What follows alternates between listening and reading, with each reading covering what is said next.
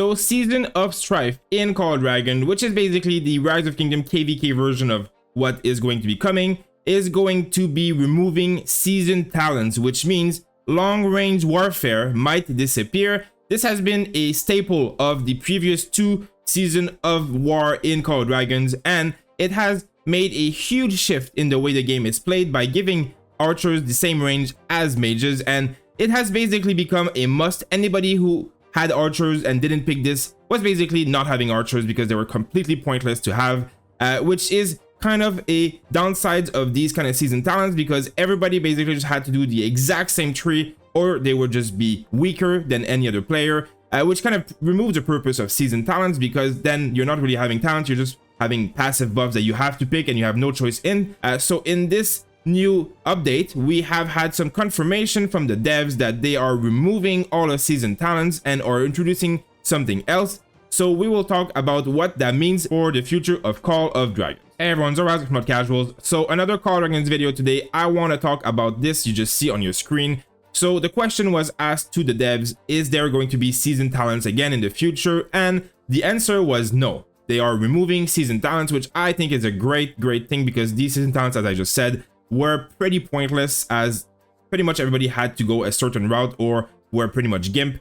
So this is a interesting removal, but it also means that long-range warfare, which was part of these season talents, is going to be removed. That is a certainty. Now, they do say that this is going to be replaced with something else. Now, that something else would be, in my opinion, from Rise of Kingdom. When you go into a season, there's some specific things that are given buffs, changes, mechanics and stuff like that. So for example, in Rise of Kingdom, for a very long time, what happened is when you get into a KVK, you were able to do some PvE objectives on the map, and then from these PvE objectives, you would also equip a extra skill that came from another hero in your repertoire, which would be randomly chosen by the devs. Of course, not really random, but they had some heroes that had abilities like that, which would create very interesting mixes, because an infantry march equipping a skill that comes from a different kind of march, movement speed wise or CC wise or damage wise, it could really change the way the game was played in that aspect. So this is how Rise of Kingdom had its kind of like season talent. It was kind of like you had some choice in what you would do, and you had some talents and stuff, and you had to do PvE to unlock them. Now, I'm not saying this is going to be the same for Call of Dragons. I'm just saying this is how it was in Rise of Kingdom.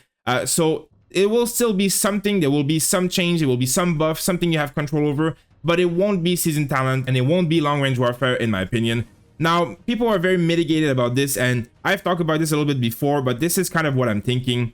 Long-range warfare, in my opinion, was a really bad mistake to introduce, and the reason behind it is it kind of removed a lot of purpose in the game for having different troop types. So when you look here at your units, of course, there is this little symbol here, right? The unit advantage system. And if we look at the archers specifically, so, you know, everybody has a counter. Archers counter mages, mages counter inf counters cav counter marksman. Now with long-range warfare, well, this countering mage became even more prevalent. It was almost too big of a counter, kind of making this unit advantage system pointless, because it's not really a counter. You just have to use archers against everything and you win. It's kind of how it has been for the last 2 seasons, because archers also, with the new March, Magrat Zeta being insanely overpowered, as well as Sindri and Freygar still being a huge powerhouse, it was kind of like not really a choice. It was you had to use these March, or you were basically not very useful as a player, because how much more damage you could do with these marches. Now, mages still are good and always were, but it made marksmen a little bit too strong and kind of like removed the fact that this unit advantage system existed. There was no point. Also, calves, they are still useless, and they have been useless for a very long time. But when the marksmen had lower range, calves had much more of an impact against them.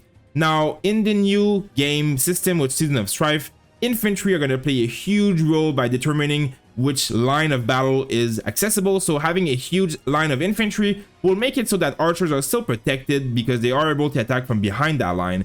Now, in previous seasons that we had low range archer, this wasn't really done because infantry were in a very different state. But now that they take 40% less damage, as well as have Skogul and Gorish and a very strong artifact and stuff like that, they are much more of an important, actually they are, in my opinion, the most important unit type in the game if you want your alliance to win. It's not going to be the highest merit march, it's going to be the most important march for winning strategically. So this is going to be even more prevalent. but in my opinion, it won't make archers as bad as people think, because losing their range hurts them a lot. But still, they are, in my opinion, going to do very well if your alliance plays with infantry properly and has control of the field and zones, and positioning is going to be very important. So in my opinion, this is going to be a very interesting change, but it will still make it so that mages now are going to be much more powerful, protected behind infantry, because archers are going to have a very hard time reaching them and touching them. But there is still going to be a lot of scenarios, especially with cities. When you're fighting on top of territory, you can hide your archers in cities, attack, hit and runs. There's a lot of stuff you can do, and archers also have quite a good amount of counterattack damage, so mages still don't trade amazingly. Not all marches trade amazingly into all archer mages, so basically there's a lot of really good things that can come out of that. So in all, it's really just interesting to see. Now, we don't know exactly what's going to happen, but it will change the way the game is played. Once again, the meta will definitely evolve from this, and it will be interesting to see exactly how the game is going to progress with the loss of long-range warfare. Now, I don't think it means that archers are going to be bad in any way. Magrat and Zeta are just so damn powerful and so overpowered right now compared to any other march in the game, that they are still going to be having a huge space on the field, but it is going to rebalance things a little bit. Now, I still do expect some kind of buffs to archers, even if there was a slight buff range, but not as long as the mages. It would be nice. But it is a really hard situation they've been put themselves in, because they've made it so that the archers had this long range and have had this power for 2 seasons. Now, if they bring them back to completely the old school range before that talent, it will make them a lot less potent for a lot of players.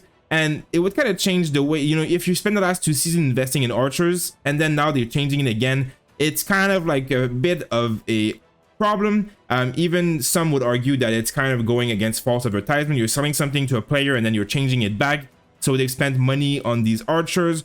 Can they really pull it back? Because all the money you spent kind of goes into the garbage if the archers become less good. So there's a lot of drama and issues that can arise from this. So I am expecting some kind of buff, some kind of change. It can't just be completely zero long range, because I would see a lot of people refund if it was the case. So I am very excited and interested to see what's coming. Let me know below in the comments what you think is the right call. From what we've been talking in the alliance, really, there really isn't a really good place to be right now. They've put themselves in a hard place. Other than the other thing would be changing the base range, like the attack range here, like forever, like without even a talent. It would just be changing the game code, making archers longer range. Is that something that's viable? I don't think so, but is that one option that they have? I mean, in my opinion, yes. You know, there's very far, and then there's medium. It could be in between. It could be that archers have far instead, or it could even be that some new heroes give longer range to their march, but we won't see new marksman hero for a long time. So let's see what happens. Let me know what you think in the comments below. Thank you guys for watching. I'll see you on my next video.